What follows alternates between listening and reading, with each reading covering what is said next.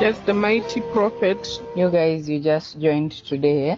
Yes, mighty prophet. Nimeweka kwa WhatsApp ya mbinguni. Yes, mighty Inaitwa prophet. Heaven Express. Yes, mighty prophet. You will be talking to God through me. You know, I talk to Jesus directly. I even send him meme. Wewe ndio ulinipea hiyo shamba ya Kamulu because of what you are going through with your marriage. Yes, mighty prophet. That is good. But for you, your marriage to be long lasting, uko na nini ingine? Niko na gari nimenunua. Uko na gari mpya? Ndio. Bring it too, so that I can talk to God for you.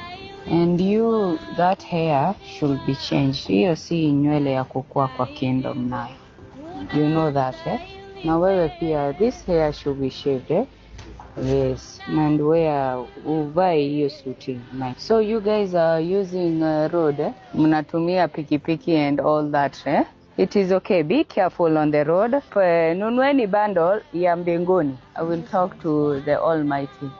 Nyinyi wote sasa tumewaingiza kwa kingdom. And if I see you like this the next time, nitakuwa nimekasirika, nitawatoa kwa list ya mbinguni. Catch!